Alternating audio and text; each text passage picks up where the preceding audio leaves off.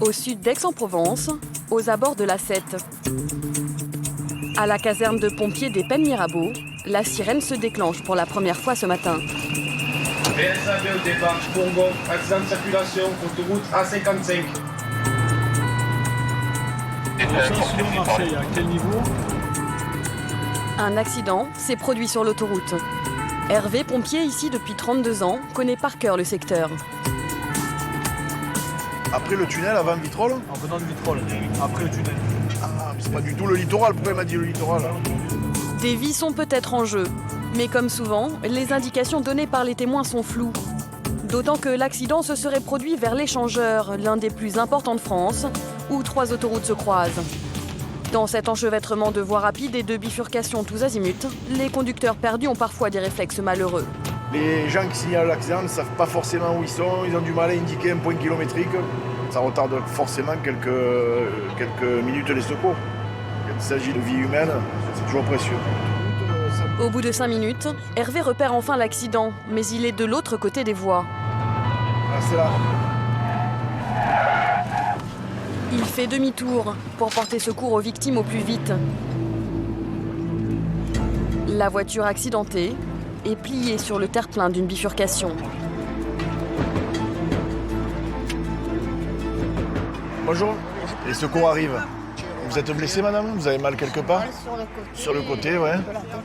À la hanche? Côte. Et à la tête. À la nuque? Et la dame, elle n'a pas perdu connaissance? Plaie sur le front? 2 femmes sont à bord. La conductrice d'une 40aine d'années et sa mère. Un poids lourd les aurait percutées en se rabattant au dernier moment pour changer de direction avant de prendre la fuite. Elles sont conscientes mais incapables de bouger. Les secours arrivent progressivement en renfort. On met une torsion avant de commencer. Victime numéro 1. Douleur nuque, douleur côte. D'accord? Là on va prendre. Voilà, c'est du trauma. On va prendre une torsion, on va commencer. La passagère, âgée d'une 60aine d'années, a une large plaie au front qui a besoin d'être suturée. Sur une échelle de 0 à 10, vous arrivez à dire la douleur? 0, c'est rien du tout, c'est insupportable. Non, 7, 8 7, 8. par moment. La conductrice, elle, souffre de violentes douleurs au cou et au dos. Les pompiers immobilisent la voiture avant de la sortir. Si sa moelle épinière est touchée, au moindre faux mouvement, c'est la paralysie. On pose un collier, on prend une tension. Hein. Il y a eu les airbags qui ont déclenché. Hein. Vous êtes maintenu, madame? Vous êtes bien maintenu? Vous voulez que je me relève? Non, bougez pas, madame. Non, vous bougez surtout pas. Tout le monde est prêt? Attention pour aligner, réaligner. Là, Michel, prends les jambes. Plus haut, Michel. Le corps de la femme doit absolument être maintenu le plus droit possible. Pour cela, les pompiers disposent d'un matelas qui se gonfle jusqu'à épouser parfaitement le corps de la victime et l'immobiliser. La passagère est transportée à son tour. Ils sont pour lever, levez. Au chaud dans l'ambulance, les pompiers peuvent enfin pousser l'examen des 2 femmes. La conductrice, traumatisée, ressasse en boucle l'accident. Ça va, madame? Pas de nouvelles douleurs? Un camion m'est rentré dedans. Il m'a coupé Je ne l'ai pas vu venir. Il nous a envoyés sur le côté. Voilà. Tout ce que je me rappelle, on a fait des tonneaux. Juste quand il y a eu l'impact, je me suis vue partir. Sa mère et elle souffrent de multiples contusions mais d'aucune blessure grave. Conduites aux urgences de l'hôpital Nord de Marseille, leurs jours ne sont pas en danger.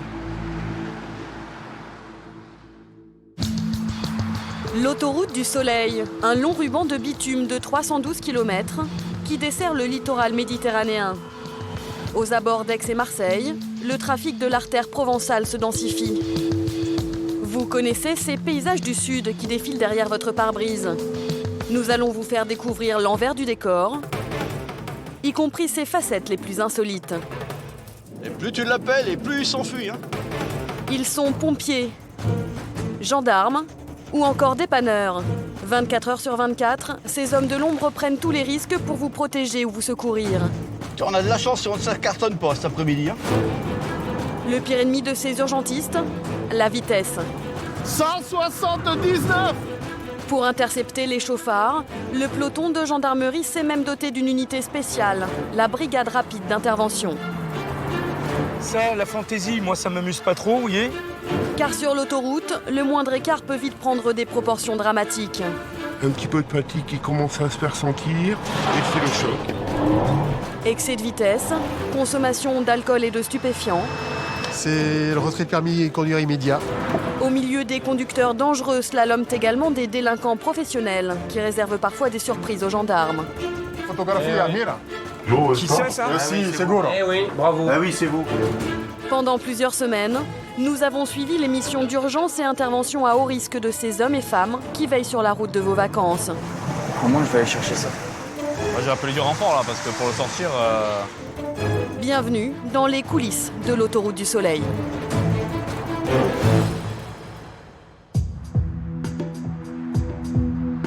Les gendarmes de Salon de Provence interviennent sur un secteur énorme où 3 autoroutes se croisent. Les alentours des échangeurs constituent des points stratégiques pour le peloton.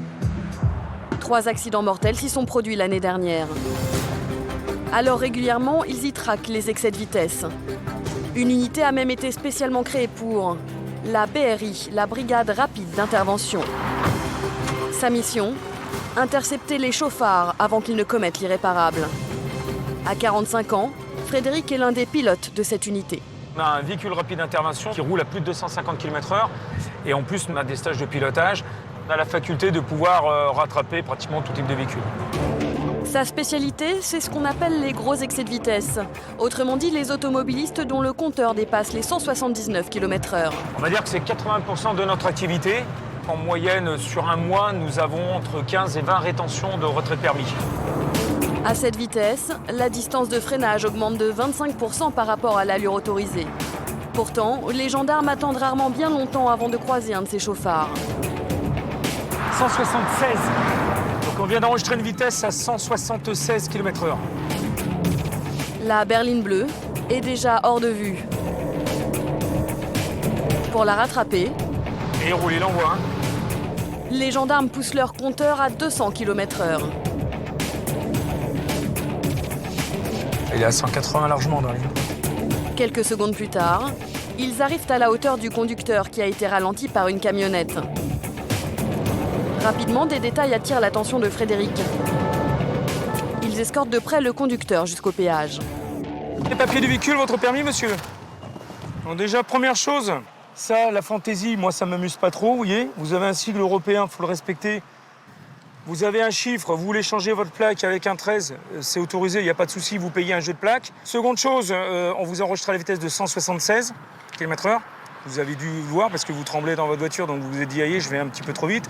Et dans la ligne droite, vous êtes encore un petit peu plus rapide. Alors attention, parce que 176 à 3 km/h près, vous n'avez plus de permis. Rares sont les chauffards qui ne tentent pas de se justifier. Cette fois, le jeune homme prétend qu'il se rendait à un entretien d'embauche. Il y a des excuses parfois un peu surprenantes de la part des gens? Ah bah on trouve de tout, hein. On n'a pas vu la vitesse, on est pressé, on a envie de faire pipi. Le conducteur repart néanmoins avec le sourire. Il vient de perdre 3 points, mais en payant sur place, il a réduit son amende de 135 à 90 €. Toute la journée, la BRI va poursuivre des véhicules en excès de vitesse. Comme ce break gris foncé qui, malgré les gyrophares, va mettre près de 2 minutes avant de ralentir. Au volant, une jeune femme qui semble ne pas comprendre ce qui lui arrive. C'est visiblement la première fois qu'elle est contrôlée sur l'autoroute. Venez là, maman. Vous présentez les papiers du véhicule, votre permis, s'il vous plaît. Il n'y a pas de prison. Mais non, il n'y a pas de prison, c'est une infraction de vitesse, vous n'avez pas de prison. Bah, je vais vous passer les menottes, les masse-notes et tout, allez, je vous en marqué. Venez avec moi. Bah, je croyais qu'ils étaient de passage, qu'ils avaient une urgence, je savais pas que c'était pour moi, donc je me suis mis un peu sur la droite. Dès qu'ils m'ont fait signe, bah, j'ai suivi. Bah, la vitesse, en fait, pour être franche, je contrôle pas, je fais pas attention. Donc c'est vrai là-dessus. Elle aussi va écoper d'une amende. Merci beaucoup, messieurs. Mais elle ne perdra pas de points car son permis est étranger. Soulagée, elle va quitter les gendarmes le cœur aussi léger que le pied lourd. Ah, c'est bon, doucement, doucement. Doucement avec la voiture. Une demi-heure plus tard. 4. Allez, on vient de prendre un Porsche espagnol. Un Porsche espagnol à 184 km/h. Cette fois, il s'agit d'un très gros excès de vitesse. À la clé, c'est le retrait de permis pour le conducteur de la cylindrée. Pas de chance pour lui, la voiture de Frédéric et son collègue est moins tape à l'œil, mais presque aussi puissante. En quelques secondes, ils atteignent les 250 km/h pour le rattraper. Le chauffard obtempère. Vous savez la velocidad, la limitation en Francia? 130. Et là, mira tu velocidad, 184 km. No puede conducir en Francia cuanto entre 2 a 3 miles. Le conducteur est originaire de Barcelone. Comme tout étranger, il a donc l'obligation de payer les 135 € immédiatement. Une chance, ce chef d'entreprise n'est apparemment jamais à court de liquidités.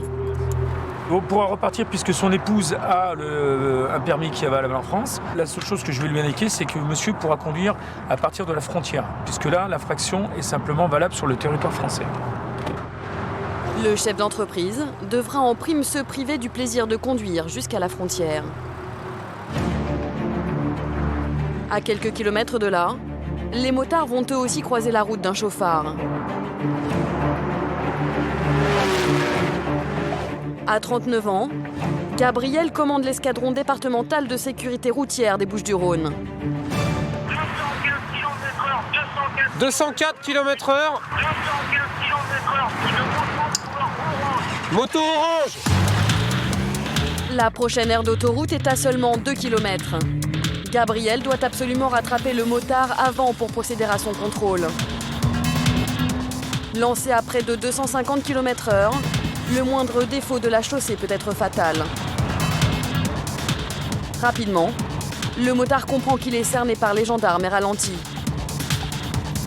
Il ne va même pas chercher à argumenter. Ah oui, une grosse même. C'est pas la vôtre? Elle est à qui? C'est un collègue, il m'a passé pour moi. Ah, vous avez voulu l'essayer alors? Disons que je voulais l'acheter, et bon, je reconnais que j'étais un peu vite. Je vous explique, vous avez été pris à la vitesse de 215 km/h au lieu de 130. Donc c'est rétention immédiate du permis à côté de ce moment. Donc il va falloir que votre ami, vous lui passiez un petit coup de fil parce que la moto, évidemment, il va falloir en faire quelque chose. Ou vous pouvez plus la conduire, quoi. Ça va. Putain, fait chier. C'était simplement, moi, je comptais acheter la moto, mais bon, je dis que là, à mon avis, le monsieur va me garder mon permis. Je crois que la moto, là, c'est même plus la peine. Ni la moto, ni la voiture. À 85 km/h au-dessus de la vitesse autorisée, le motard se voit retirer tous ses permis. La procédure se poursuit à la gendarmerie. Là, à une vitesse de 215 km/h, il prenait déjà un risque pour sa vie. Et puis évidemment, on n'est jamais à l'abri du suraccident, c'est-à-dire qu'on peut provoquer l'accident de quelqu'un d'autre, avec une vitesse comme ça, quelqu'un qui peut être surpris, donner un coup de volant, etc. Donc dans un trafic dense comme celui de ses départs en vacances, il est certain qu'une vitesse comme celle-ci est difficilement acceptable. Le motard doit désormais attendre une décision du tribunal. Il encourt jusqu'à 6 mois de suspension de permis, et lorsqu'il le récupérera, il sera amputé de 6 points. Mais sur l'autoroute du Soleil, les excès de vitesse ne sont parfois que les premiers symptômes d'affaires beaucoup plus importantes. Ce jour-là, les gendarmes de Salon de Provence se sont positionnés à un point stratégique, en bas de la descente de Coudoux. 1 kilomètre de dénivelé sur lequel les automobilistes se laissent dangereusement entraîner. La vitesse y a été limitée à 110 km/h. 155 qui arrive là. Michael a repéré une berline lancée à 155 km/h. Les motards partent à sa poursuite. Le trafic est fluide. Le véhicule équipé d'une remorque file à toute allure. Le conducteur va attendre d'être cerné par les motards pour enfin ralentir. Les gendarmes l'escortent jusqu'à la prochaine aire d'autoroute. Monsieur, bonjour, gendarmerie. Vous êtes à 155 au lieu de 110, monsieur, et avec une remorque. L'homme est nerveux. Il enchaîne les justifications incohérentes. J'ai un problème avec la voiture, elle a le turbo qui s'arrête. J'ai oublié de prendre mon permis en partant ce matin. Je suis parti à 5h du matin en retard et tout ce qu'on veut. Là, je vais chercher mes gamins, Monsieur, en tout état de cause, à la vitesse où vous roulez, si vous avez un accident, vous ne pourrez pas récupérer vos enfants quand même. On va faire ressouffler. Le conducteur parle vite et sourit trop selon Michael, qui décide de le soumettre à un test d'alcoolémie. Ah ben moi, ce sera négatif, monsieur. Allez, allez-y, vous prenez une grande aspiration et vous soufflez tant qu'il y a le petit sifflement strident. Voilà, d'accord. Donc là, monsieur, c'est rouge, donc vous êtes bien positif, d'accord. Donc vous allez partir avec les collègues en voiture, on va vous ramener au peloton autoroute, vous soufflerez dans les kilomètres, d'accord. Allez, c'est parfait. Les gendarmes veulent vérifier le taux d'alcool exact du conducteur, mais également son identité.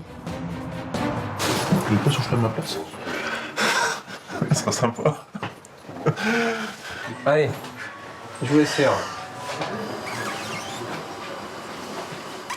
Très bien, vous avez du souffle.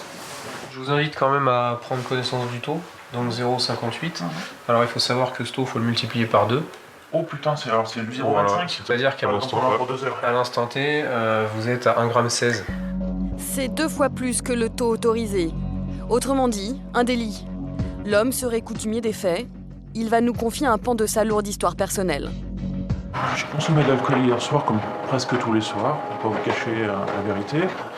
J'ai bu l'équivalent d'une bouteille de vin à table, et ensuite 4 ou 5 verres de rhum orange, entre, on va dire, 21h après le repas et 23h quand j'étais me coucher. J'ai l'habitude d'en boire souvent, et j'avais absolument pas la tête à la conduite. J'étais complètement déconnecté, on va dire. Des aveux qui n'émeuvent pas les gendarmes. Ce monsieur, immédiatement parlant, évidemment, va faire l'objet d'une rétention de son permis de conduire. Bien sûr, immédiate. Ah, bien sûr que si, vous pouvez pas repartir dans ces conditions-là. Non, vous pouvez pas me faire. Si. Depuis le début, l'homme dit avoir oublié son permis. Les gendarmes le soupçonnent d'avoir quelque chose à cacher. Vous l'avez pas perdu votre permis pour le moment? Non, je l'ai perdu, j'ai perdu le papier. J'ai une photocopie si vous voulez. Oh là là. On a marre de sa journée. Est-ce que je peux arrêter 2 minutes, s'il vous plaît? Loin des micros, l'individu va tenter de négocier, au risque d'aggraver son cas.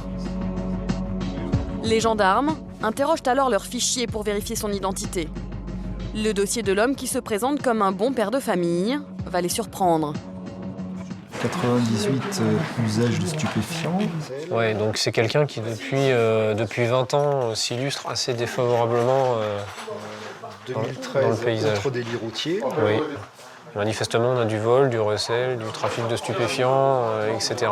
Donc, bon, on comprend un peu mieux quand on voit ça, l'aplomb qui est le sien, dans certaines des réponses qu'il peut nous faire, ou même dans certaines propositions, je dirais, irrecevables qu'il peut nous faire aussi, quoi. Le conducteur est placé en garde à vue. Son alcoolémie est telle qu'elle ne lui permet pas d'être auditionné sur le champ. Nous, on ne peut pas vous entendre dans de bonnes conditions. Donc on va pas prendre une déclaration de votre part si on n'est pas absolument certain que vous êtes en pleine possession de vos facultés. Et l'appareil nous dit que vous ne l'êtes pas. Il va être mis en dégrisement le temps que le taux d'alcoolémie ait atteint un seuil, on va dire, suffisamment raisonnable. D'un simple contrôle vitesse au départ, on met quelque part hors jeu un individu qui, au volant de sa voiture, était particulièrement dangereux. Pour conduite en état d'ivresse et excès de vitesse, le conducteur écope de 8 points en moins. Il ne lui en restait plus que 6, il perd donc son permis. Il sera convoqué devant le tribunal, qui déterminera le montant de son amende.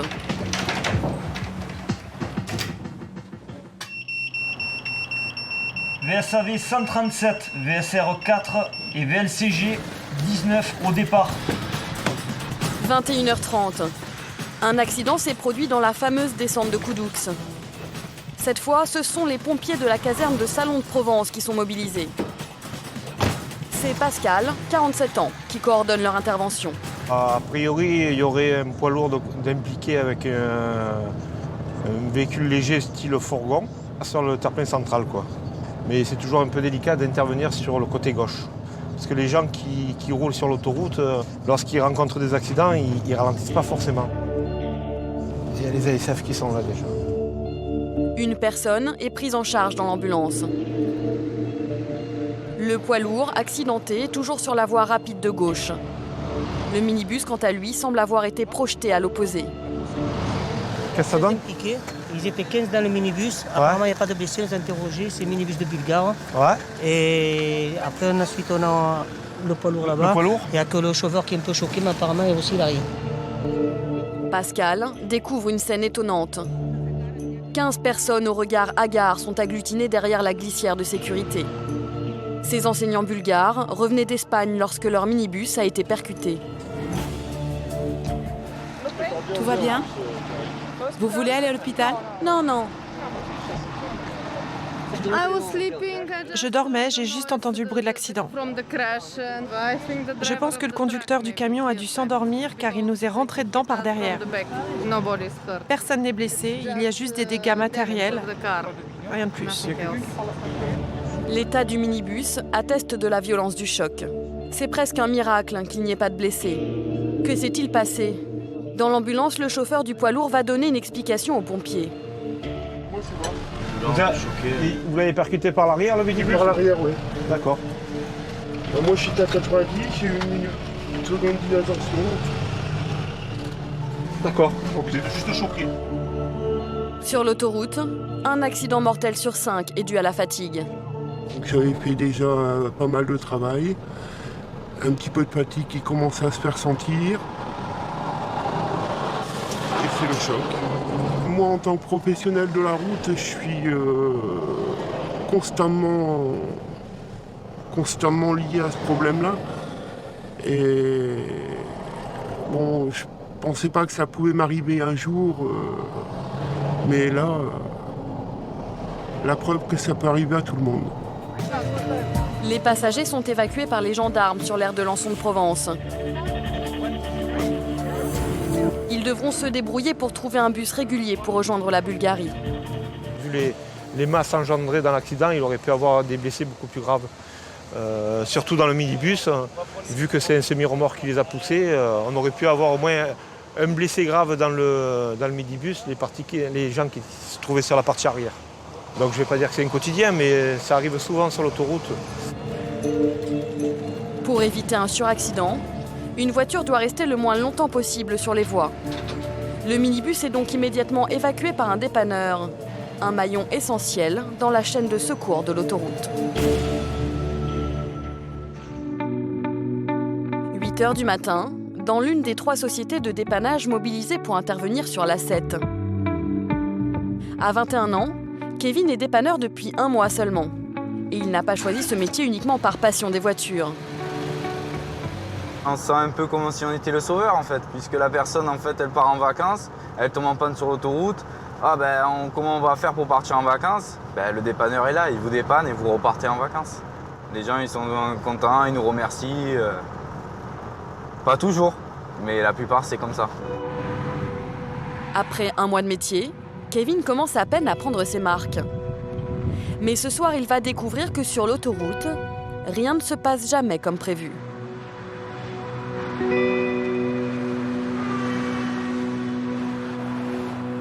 Nous sommes dimanche, il est 19h30. Un monospace est tombé en panne. Kevin est prévenu par SMS. La personne est au kilomètre 69, en sens 2, et c'est un scénic, avec sa plaque d'immatriculation. Un numéro est attribué à chaque mission. Kevin le rentre sur son GPS pour signaler à la société d'autoroute sa position exacte. Son déplacement est suivi en temps réel pour mettre en place les mesures de sécurité nécessaires.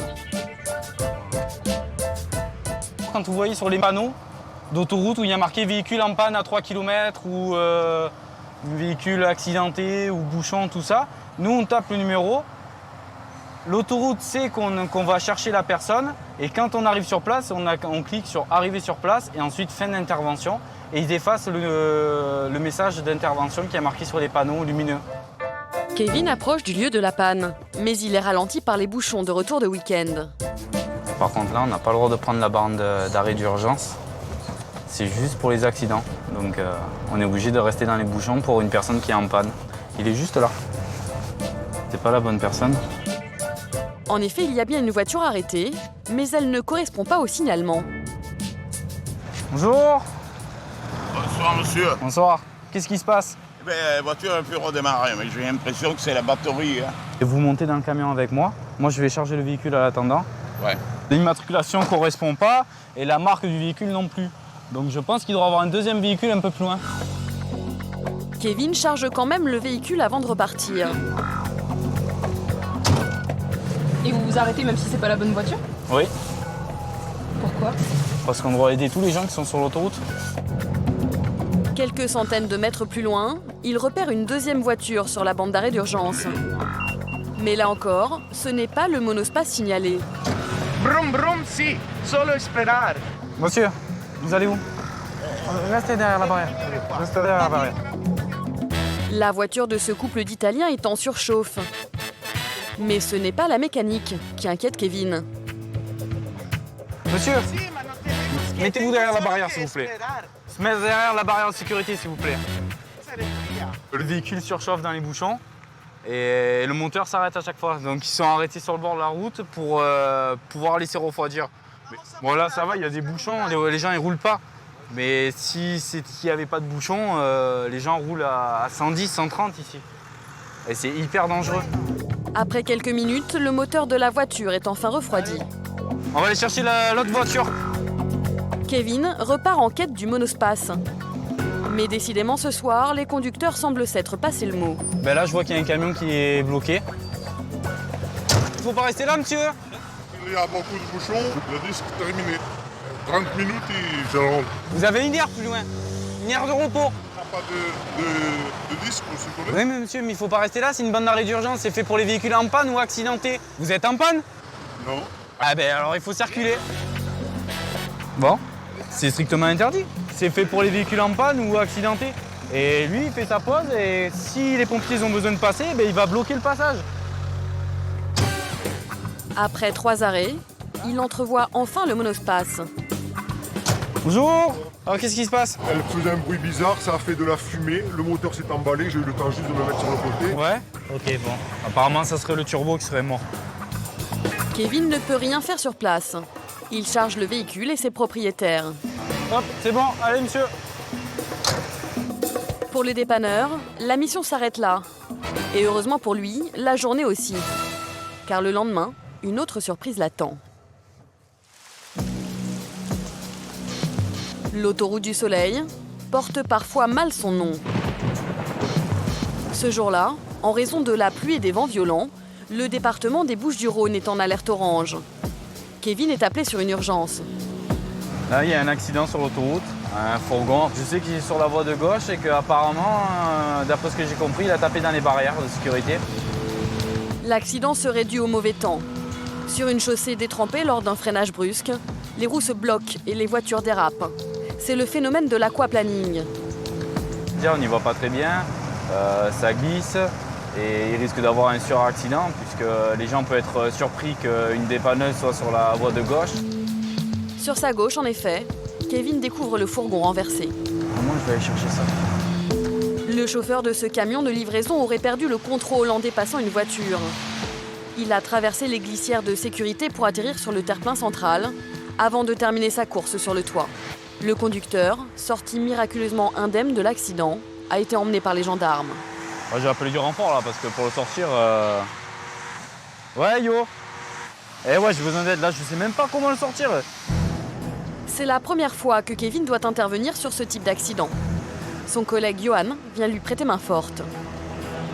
Oh, tu as vu ce truc un peu? Kevin commence par démonter la glissière de sécurité et plus particulièrement les poteaux qui la soutiennent. Le passager va pris la glissière. En évacuant le camion, les dépanneurs doivent à tout prix éviter qu'il ne tombe sur les poteaux, au risque de projeter des débris sur les voitures qui roulent juste à côté à toute allure. Le terrain préparé, ils doivent désormais remettre doucement le camion sur ses roues. Je vais le faire repasser sur le côté pour après le mettre sur les roues. Voilà, on va voir si c'est bon, Le premier quart de tour passe sans encombre. Mais le camion commence à se disloquer. Maintenant, le plus dur, ça va être le mettre maintenant sur ses roues. Kevin et Johan redoutent que des fragments volent en éclats et provoquent un nouvel accident. On ne sait pas qu'est-ce qui va se passer au moment où ça va tomber. Il y a des gens qui passent, il peut y avoir quelque chose qui part. Enfin, c'est jamais évident. C'est bon? Sous la pluie battante, les deux dépanneuses de Kevin et Johan suffisent à peine pour jouer sur les axes et basculer le camion. Après 2 heures de manœuvre, ils arrivent enfin à le remettre droit. Oui, quand il est là, ça fait plaisir déjà. Kevin a le sourire. Cette seule intervention délicate lui a appris plus que n'importe quelle formation. Sur une autoroute limitée à 130 km/h, les péages sont des zones particulièrement sensibles. Point de ralentissement obligé pour les automobilistes. Pour les forces de l'ordre, ce sont des lieux de contrôle stratégiques. 6 heures du matin, à la barrière de péage de Lançon-de-Provence. C'est une veille de départ en vacances. La circulation est dense. Gabriel et ses hommes ont monté un barrage. Faites gaffe à vous. Attention en allant chercher les véhicules sur les voies. Hein, allez, en avant, c'est parti. Dans le viseur des gendarmes, les véhicules en surcharge.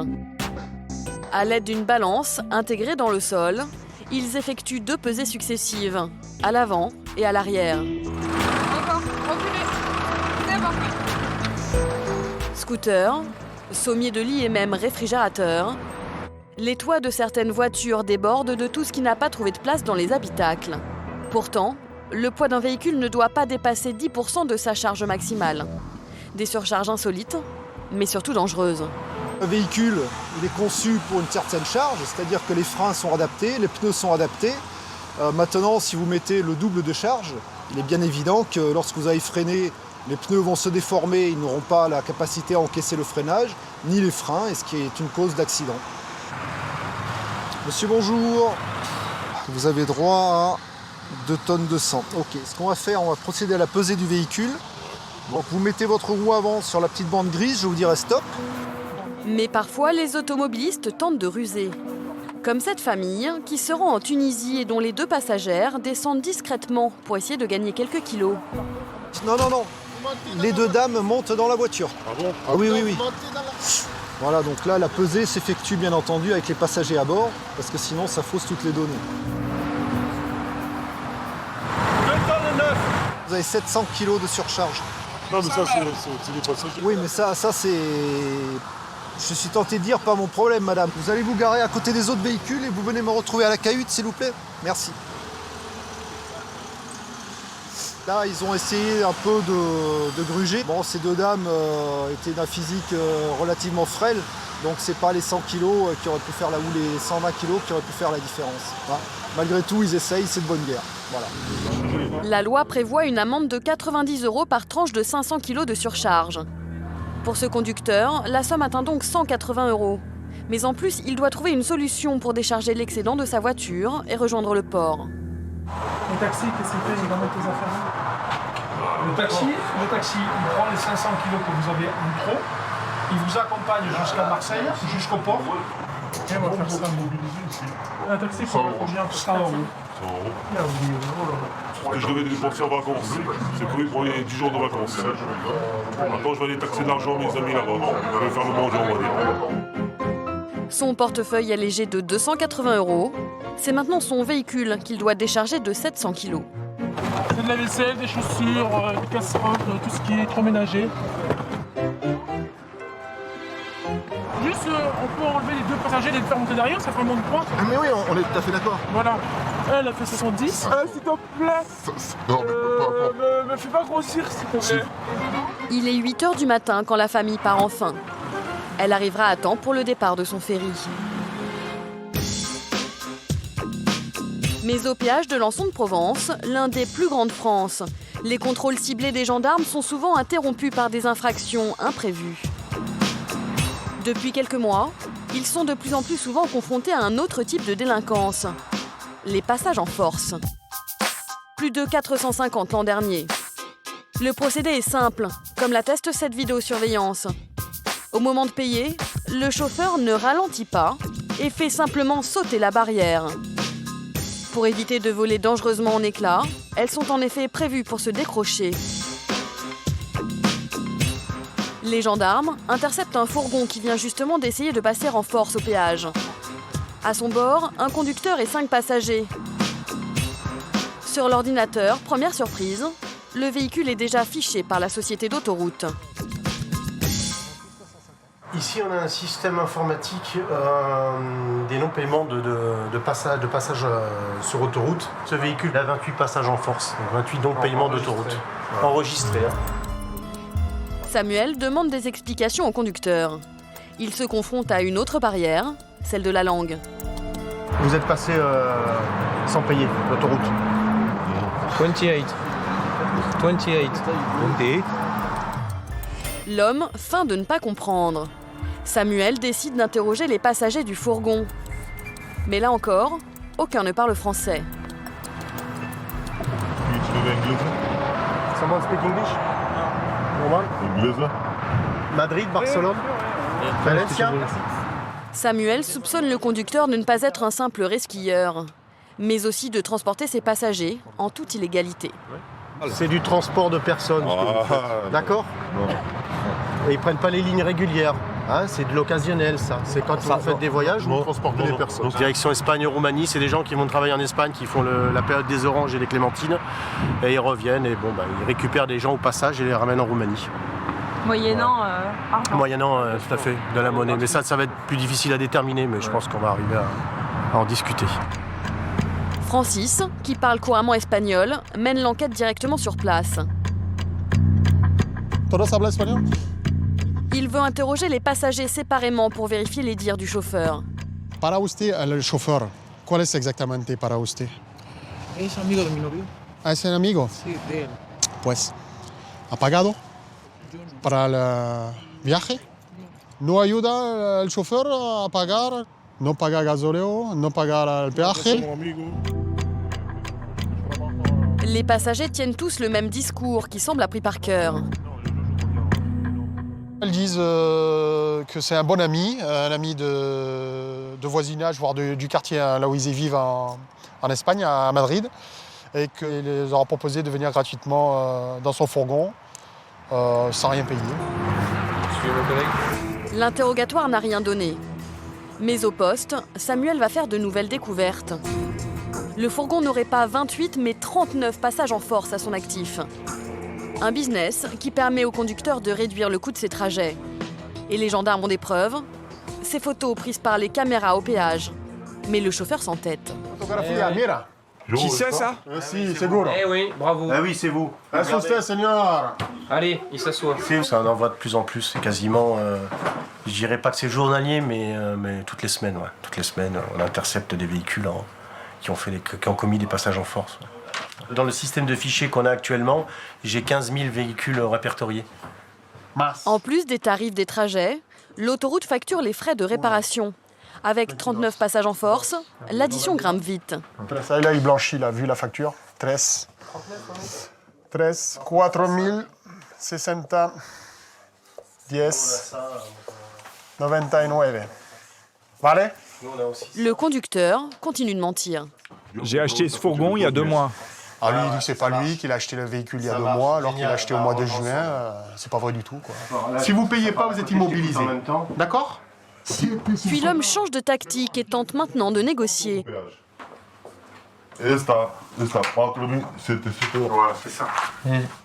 C'est 4 710 €? Non, non. Moi, je veux moins 70%. C'est quoi ça? Moins 70%? Non, on fait pas de remise, nous. C'est possible, hein? Ok. No es, aquí, ici, c'est pas un centre commercial, hein? No es un centre commercial, hein? No es Navidad, hein? D'accord? No hacemos un regalo. On fait pas de cadeau, hein? C'est même pas le prix du fourgon. Je vous le laisse ici. Va pagar, no lo sé. Va ir en Espagne, en Roumanie? Oui. Va ir en Espagne, ouais. Alors la décision de monsieur, elle est toute prise. Il ne pense pas payer et il va se trouver n'importe quel moyen de locomotion pour se rendre en Roumanie et passer Noël là-bas en famille. Vos documents, carte d'identité et le reste, ça reste ici. Les gendarmes ne peuvent pas contraindre le chauffeur roumain à payer son dû. Car le préjudice ne pèse pas sur l'État mais sur une société privée. Ils vont néanmoins immobiliser son fourgon. Sans paiement de sa part, il sera vendu lors d'une vente aux enchères.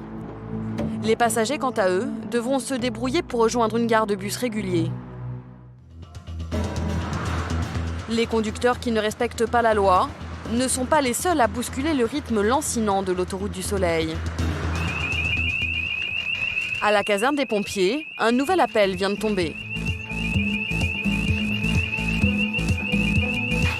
Départ chef de groupe de VL, autoroute A7, sens Marseille-Lyon. D'accord. Ok.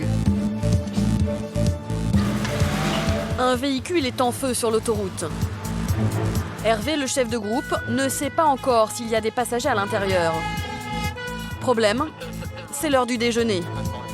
Un important bouchon s'est formé. Des camions débordent sur la bande d'arrêt d'urgence.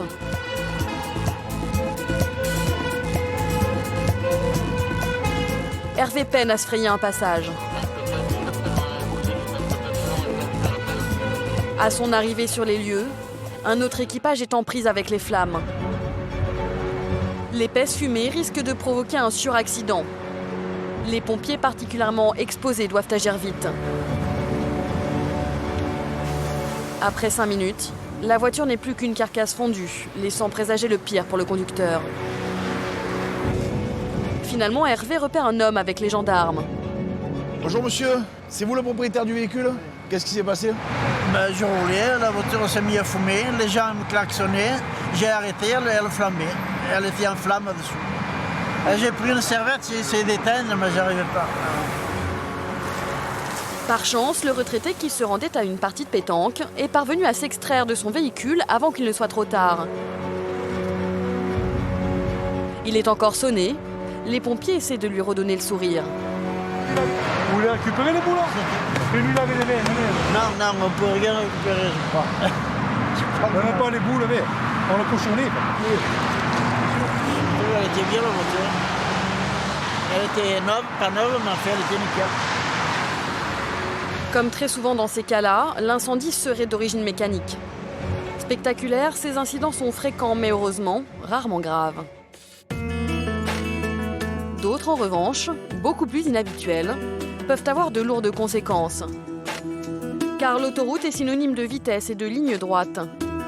Le moindre obstacle imprévu représente un danger. Gilles travaille au peloton d'autoroute depuis 2 ans. Cet après-midi, il reçoit une alerte un peu spéciale. Sur la 54, le chien. Sur la 54? Un chien sur l'autoroute, avec le flux de circulation, peut avoir très peur. Ils vont courir le long de la BAU et essayer de trouver une sortie pour s'enfuir. Des fois, ça arrive aussi qu'ils traversent. Hein. Bon, bah, là, après, méfiance. Hein. Même si l'intervention semble légère, c'est une situation d'urgence. Les automobilistes peuvent faire de dangereux écarts pour éviter l'animal et provoquer un accident. Bon, il sera au milieu de l'autoroute, terre-plein central. Donc le chien bouge. On ne sait pas trop où il va être. Hein. Tout d'un coup, il repère un patrouilleur sur les voies. Où il traverse quoi? Il a certainement repéré l'animal. Les gendarmes le rejoignent. Autour, les voitures sont lancées à plus de 120 km/h.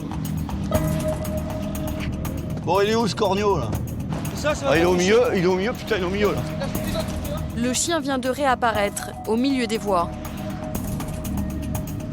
J'ai jamais vu un chien aussi fou. Il fonce désormais sur l'autoroute à toute allure, en contresens, au milieu des poids lourds. Les gendarmes remontent en trombe la bande d'arrêt d'urgence pour le rattraper. Ouais, je recule aussi, fais gaffe, hein. Il va nous faire courir celui-là. On a de la chance si on ne se cartonne pas cet après-midi. Hein. Il traverse de l'autre côté, il va au milieu, quoi. Ah non! Oh, toutou! Attention! Mais décidément, le terrier est un adepte du jeu de cache-cache. Et plus tu l'appelles, et plus il s'enfuit. Hein. Puis le chien prend enfin la clé des champs, après 40 minutes de poursuite. Pas obligé d'avoir un monstre pour mettre la pagaille sur l'autoroute, hein?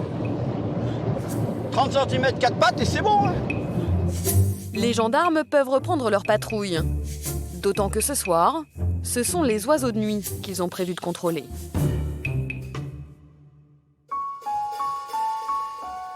Passé 3 heures du matin, l'autoroute du Soleil se transforme. Le trafic est fluide, le calme semble régner. C'est sans compter sur les 2 grosses boîtes de nuit d'Aix-en-Provence qui attirent les samedis plus d'1 millier de jeunes de toute la région.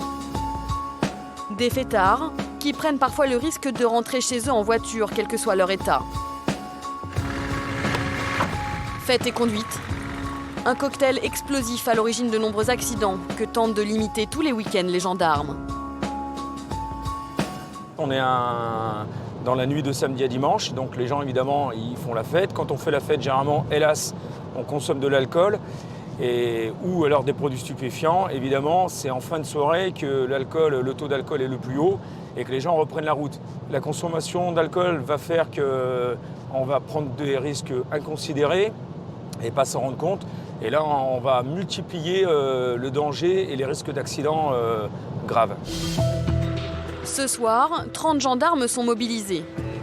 Ils se sont scindés en 2 équipes pour filtrer tous les péages d'Aix-en-Provence. 5 heures, l'heure où les boîtes de nuit se vident, une voiture attire l'attention de Francis. Bonjour, vous coupez votre moteur s'il vous plaît, je vous soumets au dépistage. Voilà, vous allez souffler pendant 5 secondes de manière continue s'il vous plaît, allez-y. Allez-y, allez-y, allez-y. Impeccable. Vous avez consommé un peu d'alcool ? Oui, 2 verres. Oui, 2 verres ? En début de soirée ? À mon avis, il doit y avoir encore un peu des restes, puisque c'est en train d'analyser. Vous êtes positif, madame. Vous présentez votre permis de conduire et votre carte grise, s'il vous plaît ? Vous me suivez, s'il vous plaît ? Au volant, la jeune femme est au-dessus du taux légal de 0,25 mg d'alcool par litre d'air expiré. Francis soupçonne qu'elle se soit arrêtée de compter après ces 2 verres de vin. Pour avoir son taux exact, un 2e test est nécessaire. Allez-y. Encore. Encore. C'est bon. J'ai le résultat. Il est pas bon. 0,71. Regardez.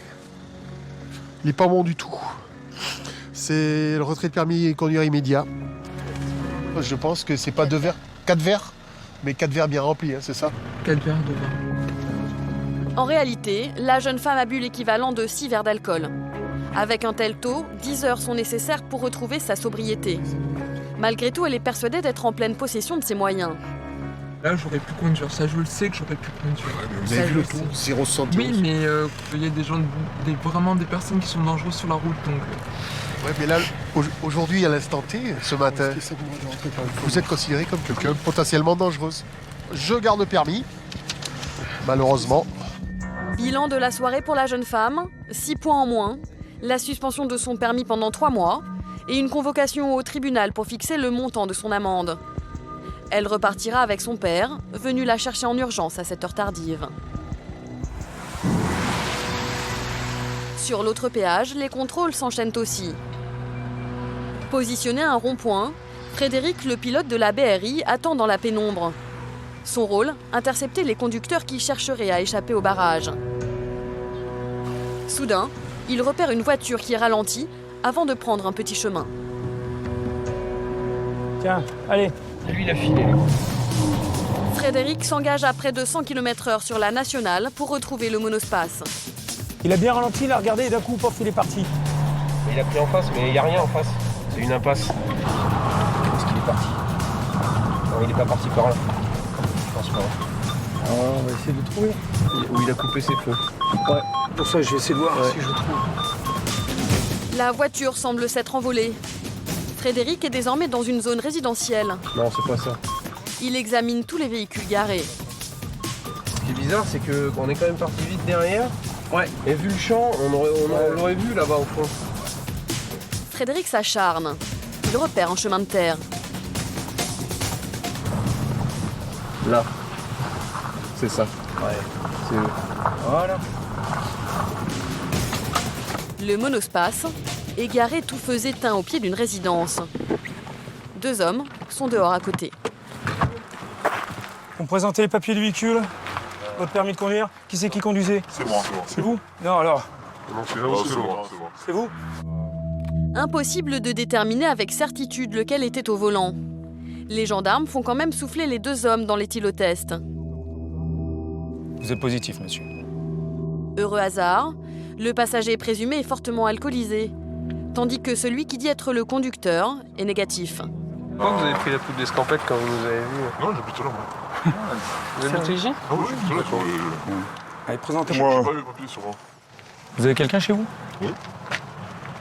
Vous allez nous chercher vos papiers, monsieur, s'il vous plaît?